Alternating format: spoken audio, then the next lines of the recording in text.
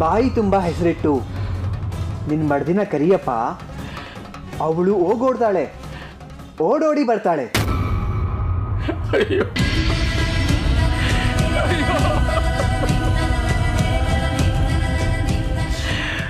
ಯಾವ ಬಾಯಿಂದ ಕೂಗ್ಲಿ ಬುದ್ಧಿ. ನಾನೇ ನನ್ನ ಕೈಯಾರ ಕೊಂದ್ಬಿಟ್ಟಿವ್ನಿ. ಈಗ ಬಾ ಅಂತ ಕೂಗಿದ್ರೆ ಎಲ್ಲಿಂದ ಬಂದಳು ಬುದ್ಧಿ? ನಿನ್ನ ಸತ್ಯದ ಗರ್ಭದಿಂದ ಬರಬಹುದು ಕಂದ. ನೀನು ನಂಬಿದ ಆ ಶಿವನ ದಯೆಯಿಂದ ಬರಬಹುದು. ಈ ಮಾಯಕಾರನ ಮಾಯೆಯಿಂದಲೂ ಬರಬಹುದು.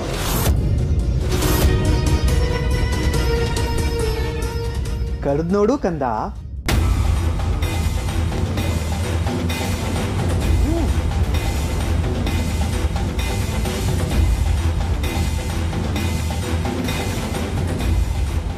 ಕಲ್ಯಾಣಿ ಬಾ ಬಾ ಕಲ್ಯಾಣಿ.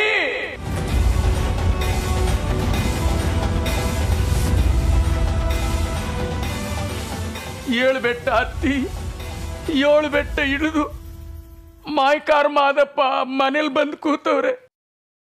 ಅವ್ರಿಗೆ ಚಮ್ಮಾಳಿಗೆ ಕೊಡಬೇಕು. ಬಾ ಕಲ್ಯಾಣಿ, ಕಲ್ಯಾಣಿ ಬಾ ಬಾ.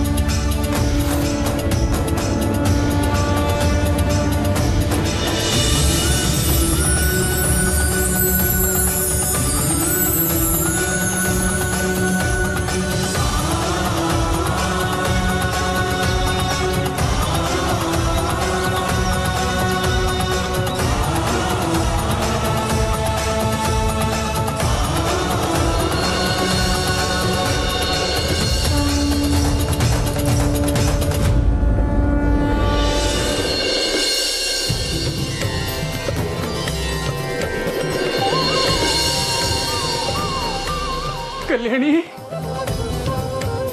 ಕಲ್ಯಾಣಿ, ಕಲ್ಯಾಣಿ, ಕಲ್ಯಾಣಿ, ಯಾರು? ಕಲ್ಯಾಣಿ,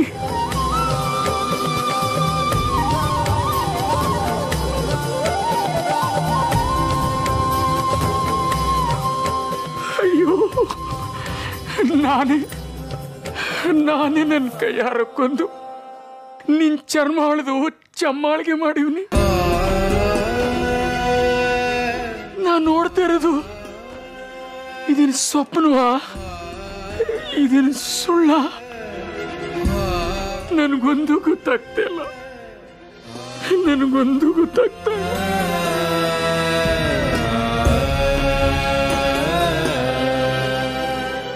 ಕಳವಳ ಪಡಬೇಡ ಹಳಯ್ಯ.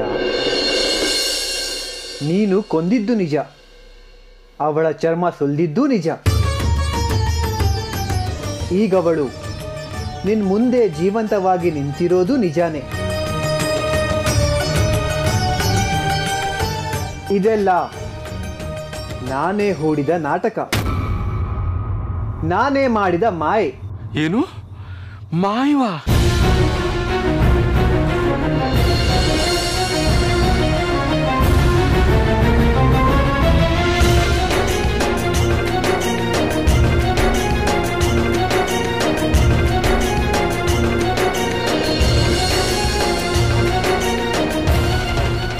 ಹೌದು ಹರಳಯ್ಯ, ನನಗೆ ನಿನ್ನ ಸತ್ವ ಪರೀಕ್ಷೆಯಾಗಬೇಕಿತ್ತು,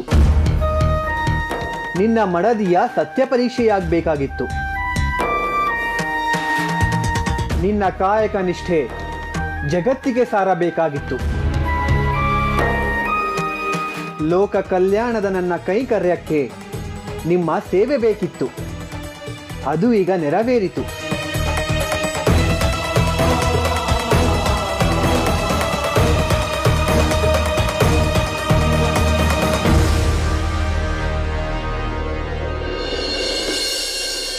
ಶರಣು ಬುದ್ಧಿ. ನೀವು ಸಾಮಾನ್ಯ ಜಂಗಮರಲ್ಲ, ದೊಡ್ಡ ಮಹಾತ್ಮರು. ತಾವ್ಯಾರು ಬುದ್ಧಿ? ನಿಮ್ಮ ನಿಜ ದರ್ಶನ ತೋರಿಸಿ ನಮ್ಮನ್ನ ಕಾಪಾಡಿ ಬುದ್ಧಿ. ನಾನು ಹುಟ್ಟಿದ್ದು ಕೈಲಾಸ, ಬೆಳೆದದ್ದು ಉತ್ತಮಾಪುರ, ಸುತ್ತಿದ್ದು 108 ಊರು. ತಂದೆ ತಾಯಿ ಇಟ್ಟ ಹೆಸರು ಮರಿದೇವ, ಮಾರಮ್ಮ ಕೊಟ್ಟ ಹೆಸರು ಮಾದಪ್ಪ. ಕತ್ತಲ ರಾಜ್ಯದ ಕರಾಳ ದೊರೆ ಶ್ರವಣನ ಸಂಹಾರ ಮಾಡಬೇಕು. ಕಲಿಯನ್ನ ಕಟ್ಟಾಳ್ಬೇಕು, ದುಷ್ಟರಿಗೆ ದುಸ್ವಪ್ನವಾಗಬೇಕು. ಶಿಷ್ಟರನ್ನ ಶಿಶು ಮಕ್ಕಳನ್ನಾಗಿ ಪಡಿಬೇಕು. ಮೋಸ ಮಾಡೋರ್ ಮನೆ ನಾಶ ಮಾಡಬೇಕು. ನಂಬಿದವ್ರ ಮನೆಯಲ್ಲಿ ತುಂಬಿ ತುಳುಕಾಡ್ಬೇಕು ಅಂತ ಬಂದೋನ್ ಕಣಪ್ಪ ನಾನು.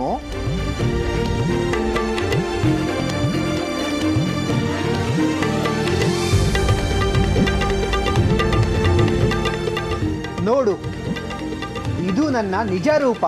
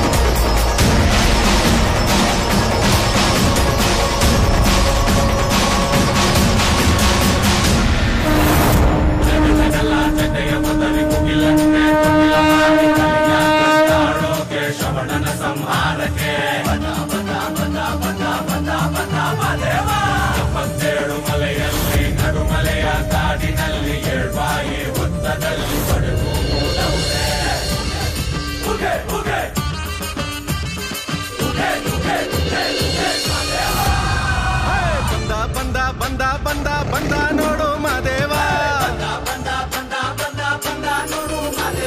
ತಂದ ತಂದ ತಂದ ತಂದ ತಂದ ನೋಡು ಭಾಗ್ಯವ, ದುಷ್ಟ ಶಿಕ್ಷಕ ಶಿಷ್ಟ ರಕ್ಷಕ ಲೋಕ ಕಾಯುವ ಮಲೆಯ ಮಾಂತ್ರಿಕ, ಕೆಂಡ ಗಣ್ಣಯ್ಯನ ನೋಡು ದುಂದು ಮುಖದ ಮಾದಪ್ಪ ನೋಡು, ನೋಡು ಕೆಂಡ ಗಣ್ಣಯ್ಯನ ನೋಡು ದುಂಡು ಮುಖದ ಮಾದಪ್ಪ ನೋಡ್ರು.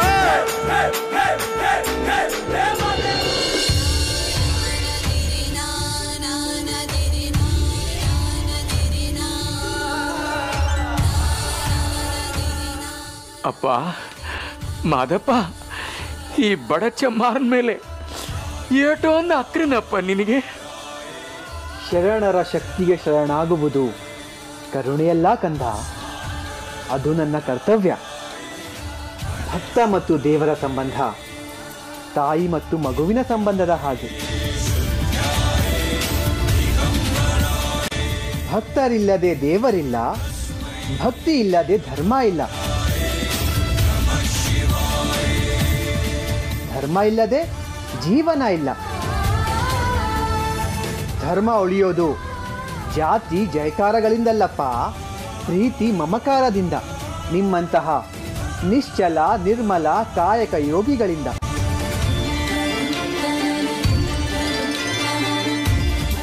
ಯಾರ ಮನಸ್ಸಿನಲ್ಲಿ ಪ್ರೀತಿ ಇರುವುದೋ ಅಲ್ಲಿ ನಾನಿರುತ್ತೇನೆ, ಯಾರ ಮನದಲ್ಲಿ ಭಕ್ತಿ ಇರುವುದೋ ಅಲ್ಲಿ ನಾನಿರುತ್ತೇನೆ, ಯಾರ ಮನದಲ್ಲಿ ನಂಬಿಕೆ ಇರುವುದೋ ಅಲ್ಲಿ ನಾನಿರುತ್ತೇನೆ, ಯಾರಿಗೆ ಕಾಯಕ ನಿಷ್ಠೆ ಇರುವುದೋ ಅವರೊಂದಿಗೆ ಸದಾ ನಾನಿರುತ್ತೇನೆ. ಸ್ವಾಮಿ ಸ್ವಾಮಿ, ನಿಮ್ಮ ದರ್ಶನದಿಂದ ನಮ್ಮ ಜನ್ಮ ಸಾರ್ಥಕ ಆಯ್ತು ಸ್ವಾಮಿ, ಸಾರ್ಥಕ ಆಯ್ತು. ಈಗಲಾದರೂ ಈ ನರಚಮ್ಮಾಳಿಗೆ ಧರಿಸ್ಕೊಂಡು ನಾವು ಕೊಟ್ಟ ಮಾತಿಗೆ ಮುಕ್ತಿ ಕೊಡು ನನ್ನಪ್ಪ, ಮುಕ್ತಿ ಕೊಡಿ. ಎಲ್ಲಾದರೂ ಉಂಟೆ ಹರಳಯ್ಯ? ಪತಿವ್ರತ ಶಿರೋಮಣಿಯ ಚರ್ಮದಿಂದ ಮಾಡಿದ ಈ ಚಮ್ಮಾಳಿಗೆನ ಪಾದಕ್ಕೆ ಮೆಟ್ಟಿ ಬದುಕೋದುಂಟೆ? ಭಕ್ತಿ ಅನ್ನೋದು ಬರೀ ಶಕ್ತಿಯಲ್ಲಪ್ಪ, ಅದು ಆರ್ದೇ ಇರೋ ಕೆಂಡ. ಈ ಕೆಂಡಗಣ್ಣ ಈ ನರಚಮ್ಮಾಳಿಗೆ ಮಾಡಿಸಿದ್ದು ತಾನು ಮೆಟ್ಕೊಂಡು ನಡೆಯೋಕಲ್ಲಪ್ಪ, ಶ್ರವಣನೆಂಬ ದುಷ್ಟರಾಜನ ಸಂಹಾರ ಮಾಡೋಕೆ.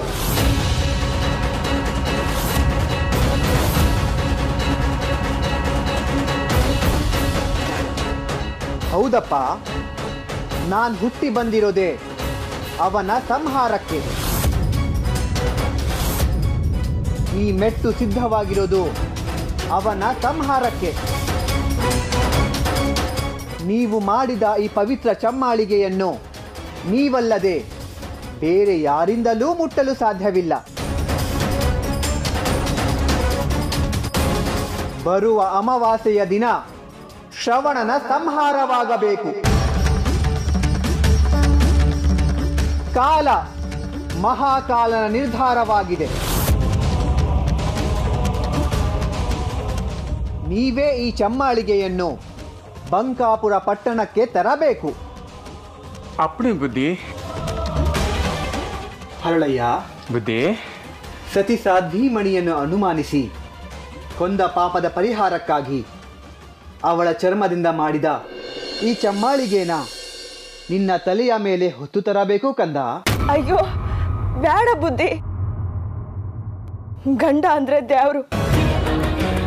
ನನ್ನ ಚರ್ಮದ ಚಮ್ಮಾಳಿಗೆನ ಅವ್ರ ತಲೆ ಮೇಲಿಟ್ಟು ನಾನು ಯಾವ ನರ್ಕಕ್ಕೆ ಹೋಗ್ಲಿ ಬುದ್ಧಿ? ಕಂದ ಕಲ್ಯಾಣಮ್ಮ, ಗಂಡು ಹೆಣ್ಣು ಎಂಬುದು ಸೃಷ್ಟಿಯಲ್ಲಿ 2 ಲಿಂಗವೇ ಹೊರತು ಅದರಲ್ಲಿ ಯಾವುದೂ ಕೀಳಲ್ಲ, ಯಾವುದೂ ಮೇಲಲ್ಲ. ಅದನ್ನು ಸಾರಲೆಂದೇ ಆ ಶಿವನು ಅರ್ಧನಾರೀಶ್ವರನಾದ. ನಿನ್ನ ಪತಿ ಮಾಡಿದ ತಪ್ಪಿಗೆ ಪ್ರಾಯಶ್ಚಿತ ಆಗಲೇಬೇಕು ಕಲ್ಯಾಣಮ್ಮ. ಹೌದು ಬುದ್ಧಿ, ಪಾಪದ ಕೈಗೆ ಬುದ್ಧಿ ಕೊಟ್ಟು ತಪ್ಪು ಮಾಡಿಬಿಟ್ಟಿವ್ನಿ. ಇನ್ನು ಮುಂದೆ ನೀವು ಹೇಳ್ದಂಗೆ ನಡೀತೀನಿ ಬುದ್ಧಿ. ನನ್ನ ಲೋಕ ಕಲ್ಯಾಣದ ಕಾರ್ಯದಲ್ಲಿ ನಿಮ್ಮ ಸೇವೆ ಈ ಭೂಮಿ ಇರುವವರೆಗೂ ಇರಲಿ, ಆ ಸೂರ್ಯಚಂದ್ರ ಇರುವವರೆಗೂ ಇರಲಿ. ಈ ಮಾದಪ್ಪನ ಚರಿತ್ರೆಯೊಳಗೆ ಮನೆ ಮನೆಯ ಮಾತಾಗಲಿ.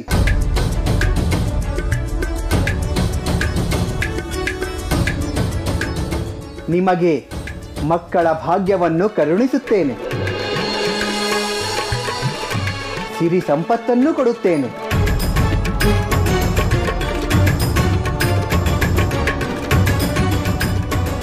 ನೀವು ಸಿದ್ಧರಾಗಿ ಬಂಕಾಪುರ ಪಟ್ಟಣಕ್ಕೆ ಹೊರಡಿ.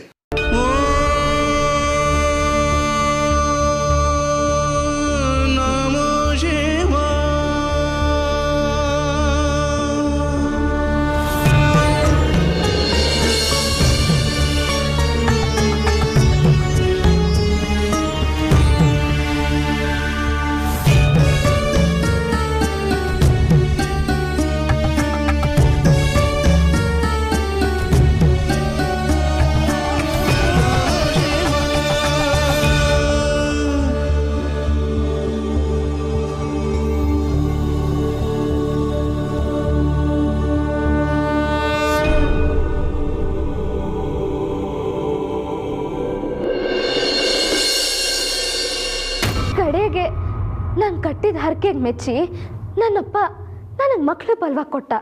ಏನು ಏನು ಹರಕೆ ಕಟ್ಕೊಂಡೆ ನೀನು? ನನ್ನ ಅಪ್ಪನ ಮನೆ ಮಾದೇವ ನನಗೆ ಬಂಜೆ ಅನ್ನೋ ಪಟ್ಟದಿಂದ ಮುಕ್ತಿಗೊಳಿಸಿದ್ರೆ ನಾ ಹೆತ್ ಮಕ್ಕಳನ್ನ ನಿನ್ನ ಜೋಳಿಗೆಗೆ ದಾನವಾಗಿ ಕೊಡ್ತೀನಿ ಅಂತ ಬಲ್ಗೈ ಮುಟ್ಟಿ ಭಾಸೆ ಕೊಟ್ಟೆ.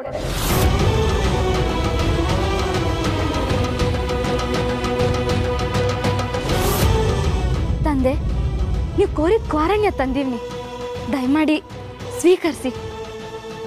ನಿಲ್ಲು ತಾಯಿ.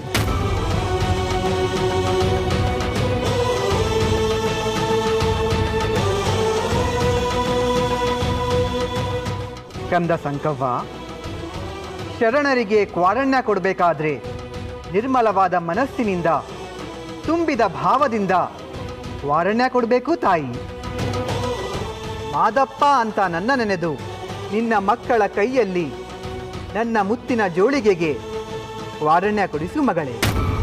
ಮಾದಪ್ಪ, ಅದು ಅದು ನೀನು ಮಕ್ಕಳನ್ನು ಕರೀದೇ ಹೋದ್ರೆ ನಾನು ಕ್ವಾರಣ್ಯ ಪಡೆಯುವುದಿಲ್ಲ ತಾಯಿ.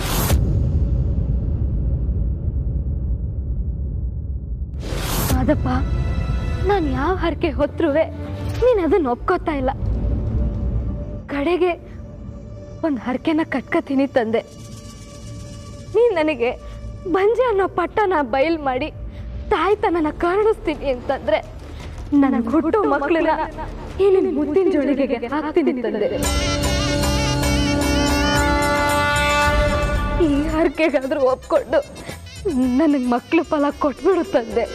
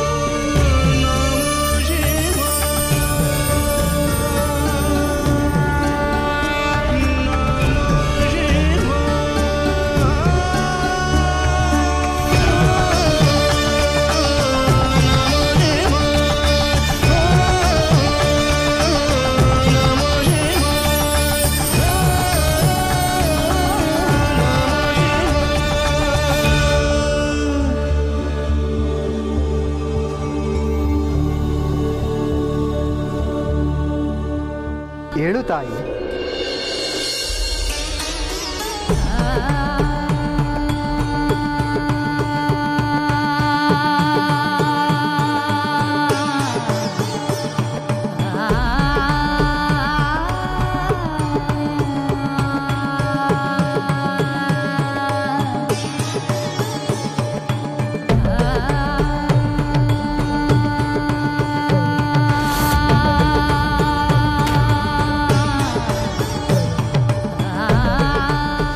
ಮಗಳೇ, ನನ್ನ ಮಹಿಮೆಯಿಂದ ನಿನ್ನ ಮಕ್ಕಳು ಬೆನ್ನ ಮಚ್ಚದಲ್ಲಿ ಹುಟ್ಟುತ್ತಾರೆ.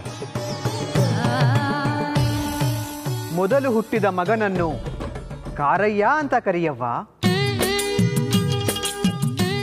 ಎರಡನೆಯದಾಗಿ ಹುಟ್ಟಿದ ಮಗನನ್ನು ಬಿಲ್ಲಯ್ಯ ಅಂತ ಕರೆಯವ್ವ. ಇವರು ನನ್ನ ಶಿಶು ಮಕ್ಕಳು ತಾಯಿ. ಇವರಿಗೆ ಮುತ್ತಿಡಬೇಡ, ಮುದ್ದಾಡಬೇಡ, ಎಂಜಲು ಮಾಡಬೇಡ. ಕೊನೆಯಲ್ಲಿ ಹುಟ್ಟಿದ ಮಗನನ್ನು ಮಲ್ಲಯ್ಯ ಅಂತ ಕರೆಯವ್ವ. ಮಲ್ಲಯ್ಯ ಕಣ್ಬಿಡ್ಕೊಂಡು ಆಡ್ತಾನೆ, ತುಟಿ ತೆಗೆದು ಅಳ್ತಾನೆ. ಅವನ್ನ ಮಾತ್ರ ನೀನು ಸಾಕಬಹುದು. ಏನಂದೆ? ಹೆತ್ತು ಮಗುನ ದಾನ ಕೊಡ್ತೀಯ ಅಂತ ಒಪ್ಕೊಂಡ್ಯಾ? ಒಪ್ಕೊಂಡೆ ಸಂಖ್ಯೆನೆ. ಹೆತ್ತು ಮಗುನ ದಾನ ಕೊಡ್ತೀಯ ಅಂತ ಹೇಳಿದ ಮೊದಲಿನ ತಾಯಿ ನೀನೇ. ಎಷ್ಟು ಧೈರ್ಯ ಇರಬೇಡ ಈ ಥರ ನಿರ್ಧಾರ ತಗೊಳಕ್ಕೆ. ಎಷ್ಟು ಸೊಕ್ಕು ನಿಂಗೆ.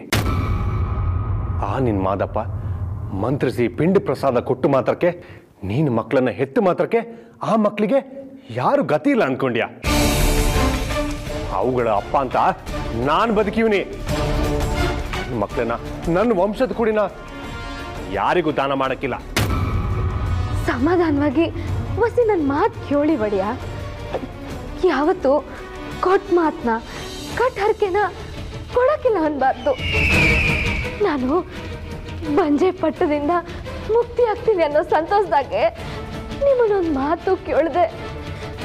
ನನ್ನ ಮಾದೇಶ್ವರಗೆ ನನ್ನ ಮಾತು ಕೊಟ್ಬಿಟ್ಟೆ. ನನ್ನ ತಪ್ಪ ಐತೆ, ನನ್ನ ಕ್ಷಮಿಸ್ಬಿಡಿ. ಮುಚ್ಚಿ ಬಾಯಿ ಸಂಕೀರ್ಣ. ಭಾಗ್ಯ ಕೊಟ್ಟು ಕೈ ಯಾವತ್ತೂ ಬೇಡಕ್ಕಿಲ್ಲ. ಕೊಟ್ಟಿದ್ದನ್ನ ಇಸ್ಕೊಳ್ತಾನೆ ಅಂದ್ರೆ ಅವನೆಂತದ್ದು ಯಾವ್ರು ಅಲ್ಲ. ದಾನ ಕೇಳೋರು ದವಸ ದಾನಿಗಳನ್ನು ಕೇಳ್ತಾರೆ, ಯಾವತ್ತೂ ಮಕ್ಕಳನ್ನು ಕೇಳಕ್ಕಿಲ್ಲ. ಸಂಕೀರ್ಣ, ನಿನಗೆ ನಿನ್ನ ಮಾದಪ್ಪನ ಮೇಲೆ ಭಯ ಭಕ್ತಿ ಶ್ರದ್ಧೆ ಇದ್ರೆ ಅವನನ್ನು ಪೂಜೆ ಮಾಡಿ ದಾಸೋಹ ಮಾಡಿ ಕಳ್ಸು. ಇನ್ನೂ ಬೇಕಾದ್ರೆ ನಮಗೆ ಕೊಟ್ಟಿರೋ ಈ ಸಿರಿ ಸಂಪತ್ತು ಅರಮನೆನೆಲ್ಲ ಅವನಿಗೆ ಕೊಟ್ಬಿಡು. ಆದ್ರೆ ನನ್ನ ಮಕ್ಕಳನ್ನ ಮಾತ್ರ ಕೊಡಕ್ಕಿಲ್ಲ ಅಂತ ಹೇಳೋ. ಅಯ್ಯಯ್ಯೋ, ಹಾಗೆಲ್ಲ ಅಂಡಿ ಹೊಡಿಯಾ? ನನ್ನ ಅಪ್ಪನ ಮನೆ ಮಾದೇಶ್ವರ, ಒಲಿದರೆ ಮಹಾದೇವ, ಮುನಿದರೆ ಶನಿದೇವ ಅಂತಾರೆ. ಆ ದುಂಡಳ ಮಾದಪ್ಪ ಕೆಂಗಣ್ ಬಿಟ್ರೆ ಕೇಡು ಅಂತಾರೆ. ಆ ದೇವ್ರ ಹರಕೆನ ಉಳಿಸಿ ನಾವು ಕಷ್ಟ ಸಿಕ್ಕಾಕೊಳ್ಳೋದು ಬ್ಯಾಡ ಹೊಡಿಯ.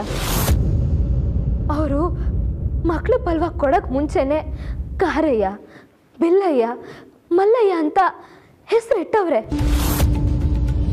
ಅದು ಅಲ್ಲದೆ ನಾ ಬಂದು ಹುಟ್ಟು ಮಕ್ಕಳನ್ನ ದಾನ ಕೇಳೋ ಗಂಟ ಅವುಗಳಿಗೆ ಎಣ್ಣೆ ಬೆಣ್ಣೆ ಹಚ್ಚಬೇಡ, ಮುತ್ತಿಗೆ ಬೇಡ ಅಂತ ನನ್ನ ತವ ಭಾಸೆ ತಕೊಂಡವ್ರೆ. ಅದಕ್ಕೆ ನಾನು ನಿಮ್ಗೆ ಅವಕಾಶ ಮಾಡಿಕೊಡ್ಲಿಲ್ಲ. ಓ, ಭಾಗ್ಯ ಕೊಡೋ ಬಂಡಾಟದಲ್ಲಿ ಈಟೆಲ್ಲ ನಡೆದಿದ್ಯಾ? ಇದೆಂತ ಭಾಗ್ಯ? ಈ ವಿಷಯ ಏನಾದ್ರೂ ನಮ್ಮ ಪೋರ್ಟಿನ ಮಂದಿ ಗೊತ್ತಾದ್ರೆ ಮೊಕ ಕೂಗಿತಾರೆ. ಅಪ್ಪಯ್ಯ ಅವಂಗೆ ಗೊತ್ತಾದ್ರೆ ಏಟು ನೊಂದ್ಕೋತಾರೆ ಗೊತ್ತಾ? ಅದಕ್ಕೆ ಒಡೆಯ, ಮಕ್ಕಳು ಹುಟ್ಟಿದ ವಿಷಯ ಆಗಲಿ, ದಾನ ಕೊಡೋ ವಿಷಯ ಆಗಲಿ ಯಾರಿಗೂ ಗೊತ್ತಾಗಬಾರ್ದು ಅಂತಾನೆ ಆ ಹಟ್ಟಿಯಿಂದ ಈ ಹಟ್ಟಿಗೆ ನನ್ನ ಅಪ್ಪನ ಮನೆ ಮಾದೇಶ್ವರನೇ ಕಳಿಸ್ಕೊಟ್ಟಿದ್ದು. ಸಾರ್ಥಕವಾಯ್ತು ನನ್ನ ಈ ಬದುಕು. ಸಂಕೀರ್ಣ, ನಾನು ಹೇಳೋದನ್ನ ಕೇಳು. ಈ ಜಪ ತಪ ನಿಯಮ ಎಲ್ಲ ನಿಲ್ಲಿಸ್ಬಿಟ್ಟು ನಮ್ಮ ಮಕ್ಕಳನ್ನ ಕರ್ಕೊಂಡು ಪೋಡಿಗೆ ಹೋಗುಮ. ಈ ಶ್ರೀಮಂತಿಗೆ ಸಿರಿ ಸಂಪತ್ತು ಯಾವುದು ಬೇಡ. ನಾಚಿಕೆ ಆಗ್ಬೇಕು ನಿನಗೆ ಈ ತರ ಮಾತಾಡೋಕೆ. ನಡಿ ಸಂಕೀರ್ಣ, ಮಕ್ಕಳನ್ನ ಎತ್ಕೋ, ನಾವು ನಮ್ಮ ಪೋಡಿಗೆ ಹೋಗುಮ. ಒಡೆಯ, ಇದೇನಾ ನಿಮ್ಮ ಕಡೆ ಮಾತು? ಹೌದು, ಮೊದಲನೇ ಮಾತು ಇದೆ, ಕಡೆ ಮಾತುನೂ ಇದೆ. ಹಂಗಾರ ನಂದು ಮಾತದೆ ಕೇಳಿಸ್ಕೊಳ್ಳಿ. ನಾನು ಇಟ್ಟು ಹೆಜ್ಜೆನ ಹಿಂದಿಡೋಳಲ್ಲ, ಕೊಟ್ಟು ಮಾತ್ರ ಯಾವತ್ತೂ ತಪ್ಪಾಡಲ್ಲ. ನನ್ನ ಬಂಜೆ ಪಟ್ಟ ಕಳೆದ್ರೆ ನನ್ನ ಮಕ್ಕಳನ್ನ ದಾನವಾಗಿ ಕೊಡ್ತೀನಿ ಅಂತ ಮಾತು ಕೊಟ್ಟಿವ್ನಿ. ನಾನು ಅದ್ರ ಪ್ರಕಾರ ನನ್ನ ಮಾತನ್ನ ಉಳಿಸ್ಕೊಂಡೇ ಉಳಿಸ್ಕೊತೀನಿ.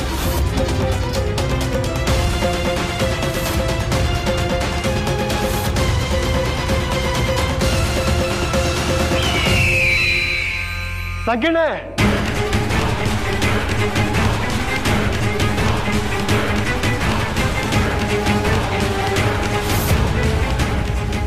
ನನ್ನ ಮಾತನ್ನೇ ಧಿಕ್ಕರಿಸಷ್ಟು ಸೊಕ್ಕ ನಿಂಗೆ. ಅದೇಂಗ್ ನಿನ್ ಮಾತು ಉಳಿಸ್ಕೋತೀಯೋ ನಾನು ನೋಡ್ತೀನಿ.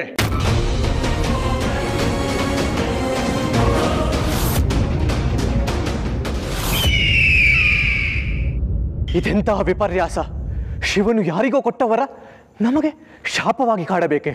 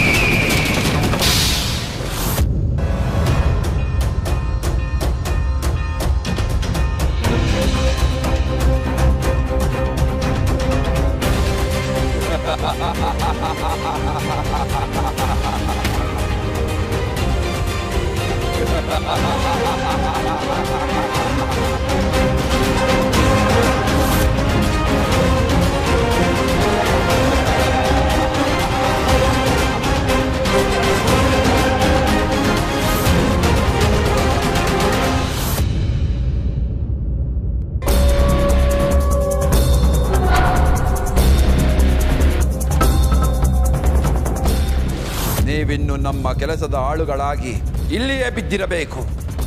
ಮಂತ್ರಿಗಳೇ, ಪ್ರಭು, ಈ ದೇವೇಂದ್ರನನ್ನು ನಮ್ಮ ಅರಮನೆಯ ಗೋಶಾಲೆ ಮತ್ತು ಆನೆ ಕುದುರೆ ಲಾಯಗಳನ್ನು ಸ್ವಚ್ಛ ಮಾಡುವ ಕೆಲಸಕ್ಕೆ ನೇಮಿಸಿ.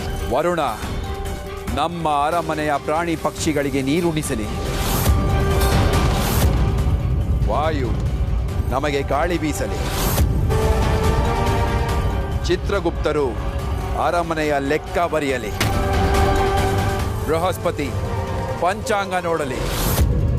ಅಗ್ನಿ ಪೀಕದಾನಿ ಹಿಡಿಯಲಿ.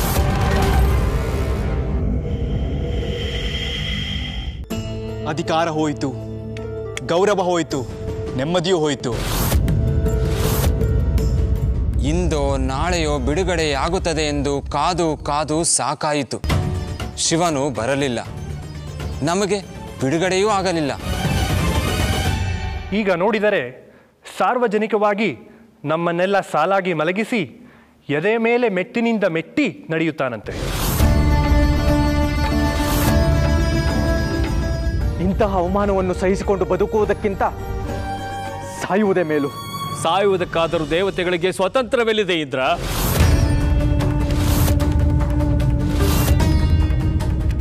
ಕರ್ಮಕ್ಕೆ ಅಮೃತವನ್ನು ಕುಡಿದು ಅಮರತ್ವವನ್ನು ಪಡೆದುಕೊಂಡಿದ್ದೇವೆ. ಛೇ, ಅತಿಯಾದರೆ ಅಮೃತವು ವಿಷವಾಗುತ್ತದೆ ಎಂಬುದು ಇದಕ್ಕೆ ಇರಬೇಕು. ಈಗ ಏನು ಮಾಡುವುದು? ಮಾಡಲು ನಮ್ಮ ಕೈಯಲ್ಲಿ ಏನಿದೆ ದೇವೇಂದ್ರ? ವರ ಕೊಟ್ಟವನು ಅವನೇ, ಅದನ್ನು ಕಸಿದುಕೊಳ್ಳಬೇಕಾದವನು ಅವನೇ. ಶಿವನು ಏನಾದರೂ ಮಾಡಬಹುದೇ ಹೊರತು ಶ್ರವಣನ ವಿಕೃತಿಗೆ ತಲೆಬಾಗದೆ ನಮಗೆ ಅನ್ಯ ಮಾರ್ಗವಿಲ್ಲ. ಅಂತೂ ಪರಮೇಶ್ವರನ ಉದಾಸೀನದಿಂದ ದೇವತೆಗಳ ಮಾನ ಭೂಲೋಕದಲ್ಲಿ ಹರಾಜಾಗುವುದು ಖಚಿತವಾಯಿತು. ಇಷ್ಟು ಕಾಲ ಸುಪ್ರಭಾತದ ಅರ್ಚನೆಯಾಗುತ್ತಿತ್ತು, ಇನ್ನು ಮುಂದೆ ಬೈಗುಳದ ಅರ್ಚನೆ. ಶಿವನ ಲೀಲೆ ಬಲ್ಲವರು ಯಾರು? ಅವನಿಗೆ ಅರಿಯದ ವಿಚಾರ ಉಂಟೆ ಸೃಷ್ಟಿಯಲ್ಲಿ? ಅವನು ಸರ್ವೇಶ್ವರ, ಸಮಸ್ತವನ್ನು ಬಲ್ಲವನು. ಖಂಡಿತ ಮೈ ಮರೆಯಲಾರ. ಕಾದು ನೋಡೋಣ.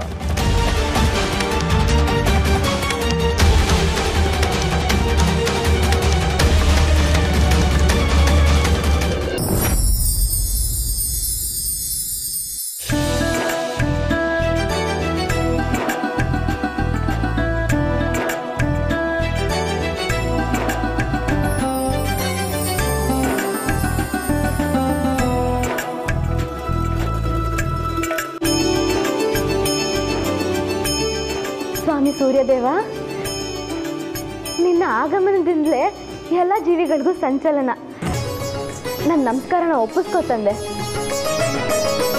ಮಾದಪ್ಪ, ಏಳು ಮಲೆ ಹೆತ್ತಯ್ಯ, ನನ್ನ ಅಪ್ಪನ ಮನೆದ್ಯಾವ್ರೆ, ನಿನ್ನ ಪಾದಕ್ಕೆ ಶರಣಾರ್ಥಿ ತಂದೆ.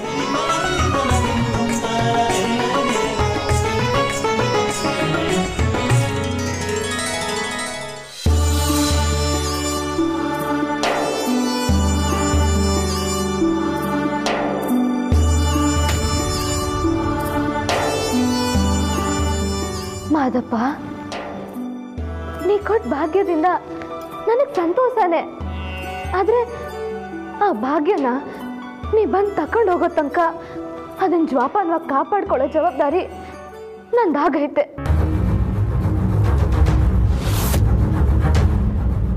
ನಿನ್ ಮಾತನ್ನ ನಾನು ಉಳಿಸ್ಕೋತೀನಿ. ಆದ್ರೆ ನನ್ನ ಒಡೆಯ ಯಾಕೋ ಬ್ಯಾರೆ ಮನಸ್ಸಿನಾಗೆ ಅವನೇ. ನನಗೇನು ಮಾಡಬೇಕು ಒಂದು ಗೊತ್ತಾಯ್ತಾ ಇಲ್ಲ. ನನಗೆ ನೀನೇ ಗತಿ. ನಿನ್ನ ದಯೆ ಬಿಟ್ರೆ ನನಗೆ ಬೇರೇನು ಗೊತ್ತಿಲ್ಲ ತಂದೆ. ಚಿಕ್ಕ ವಯಸ್ಸಿದ್ಲು ನೀನು ಗಂಗವ್ವ ತಾಯಿನೇ ನನಗೆ ದಾರಿ ತೋರಿಸಿದ್ದು. ಮುಂದಕ್ಕೂ ನೀವೇ ನನಗೆ ದಾರಿ ತೋರಿಸ್ಬೇಕು.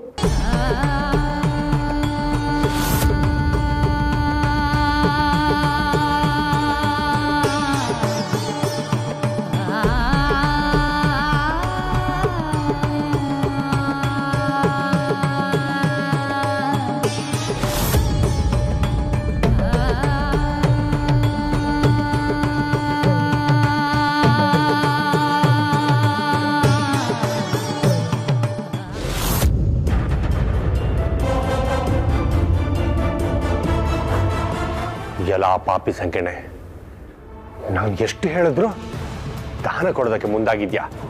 ಅದು ಹೇಗೆ ದಾನ ಮಾಡ್ತೀಯೋ, ಯಾರಿಗೆ ದಾನ ಮಾಡ್ತೀಯೋ ನಾನು ನೋಡ್ತೀನಿ.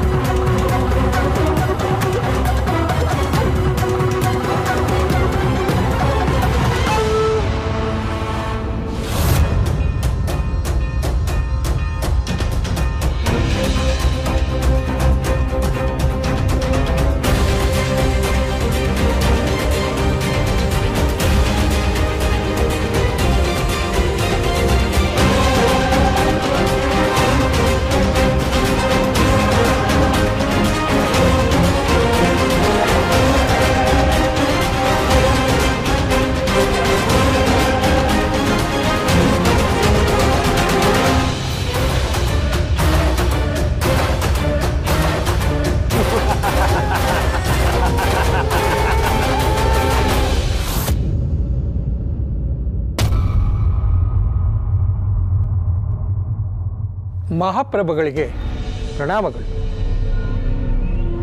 ಬನ್ನಿ ಮಂತ್ರಿಗಳೇ, ತಾವು ಇಲ್ಲಿಯ ತನಕ ಬಂದ ಕಾರಣ? ಪಾದರಕ್ಷೆಗಳು ಸಿದ್ಧವಾಗಿದೆ ಎಂದು ಮಾದಾರಿಯಿಂದ ಸುದ್ದಿ ಬಂದಿದೆ ಪ್ರಭು. ಅವನಿಗೆ ಕೊಟ್ಟ ಮಾತಿನಂತೆ ನಾವು ಊರ ಮುಂದಿನ ಹುಟ್ಟರೆಯ ಕಲ್ಲಿನ ಬಳಿ ಹೋಗಬೇಕೆಂದು ತಿಳಿಸಲು ಬಂದೆ. ಮಂತ್ರಿಗಳೇ,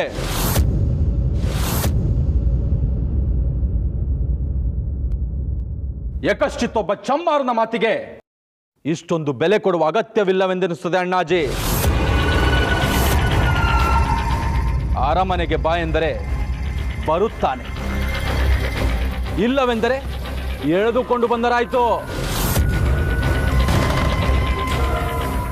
ಅವನು ಸಾಮಾನ್ಯ ಚಮ್ಮಾರನಲ್ಲ ಪ್ರಭು, ಅವನು ನಮ್ಮ ವಿಶೇಷ ಅತಿಥಿ.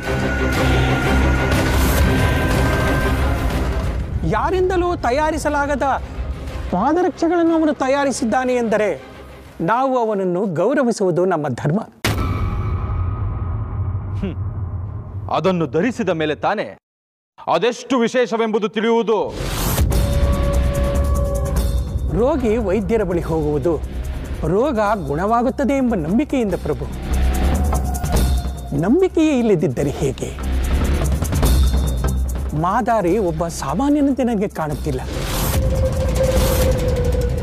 ಆ ಕಣ್ಣುಗಳಲ್ಲಿನ ಪ್ರಖರತೆ, ಮಾತುಗಳಲ್ಲಿನ ನಿಖರತೆಯನ್ನು ನೋಡಿದರೆ ಅವನೊಬ್ಬ ಮಹಾಪುರುಷನೆಂದು ಕಾಣುತ್ತಾನೆ ಪ್ರಭು.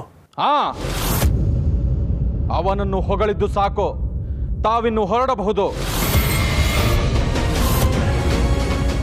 ನಾಳೆ ಪರೀಕ್ಷೆ ಆಗುತ್ತದೆಯಲ್ಲ, ಆಗ ಅವನೇನಾದರೂ ಬೂಟಾಟಿಕೆ ಎಂದು ತಿಳಿದರೆ ಅವನ ತಲೆ ಉರುಳುವುದು ಖಚಿತ.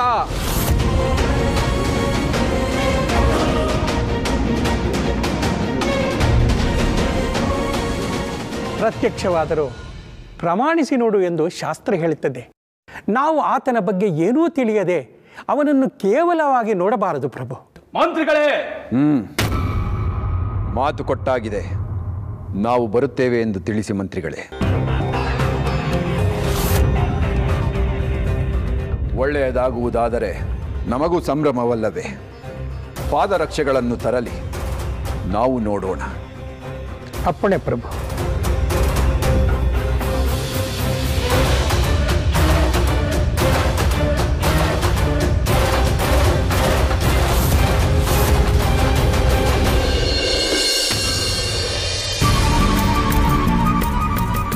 ನಾನು ಇಂದ್ರಜಾಲ, ಮಾಯಾಜಾಲ, ಚಂದ್ರಜಾಲ, ಮಹೇಂದ್ರಜಾಲ ಬಲ್ಲ ಈ ಕಾಡುಮಲೆ ಮೋಡಿಗಾರನಿಗೆ ಸವಾಲ.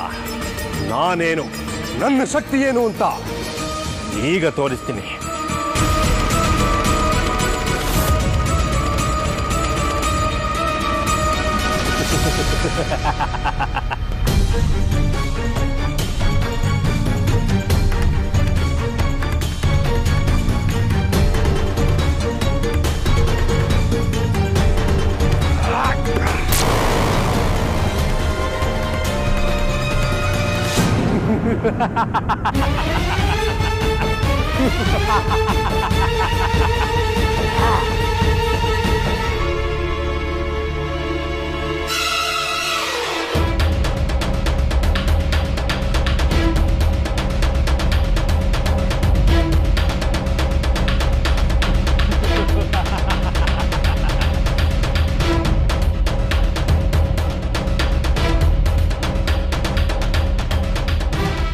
ನಾನು ಈಟೊಂದೆಲ್ಲ ಮಾಡಿದ್ದು ನಿಮ್ಗಳಿಗಾಗೆ, ನಿಮ್ಗಳ ರಕ್ಷಣೆಗಾಗಿ. ಇವನ್ನೆಲ್ಲ ದಾಟ್ಕೊಂಡು ನಿಮ್ಮನ್ನ ನನ್ನಿಂದ ಕಿತ್ಕೊಂಡು ಹೋಗೋದು ಯಾರಿಲ್ಲೂ ಸಾಧ್ಯ ಇಲ್ಲ. ನಾನು ಖಂಡಿತ ಬಿಡಕ್ಕಿಲ್ಲ.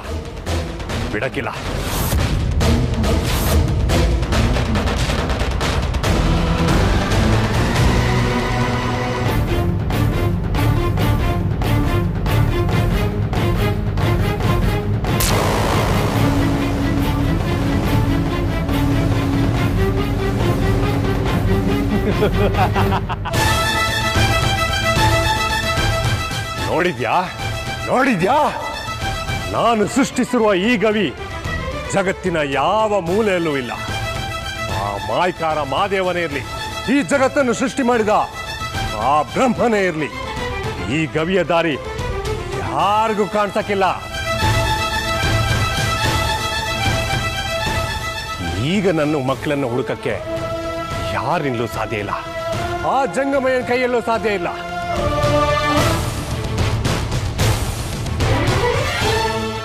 ಆದ್ರೆ ಆ ಜಂಗಮಯ್ಯ ನನ್ನ ಹಟ್ಟಿಗೆ ಹೋಗಿ ನನ್ನ ಹೆಂಡು ತಲೆ ಕಟ್ಸ್ಬಿಟ್ರೆ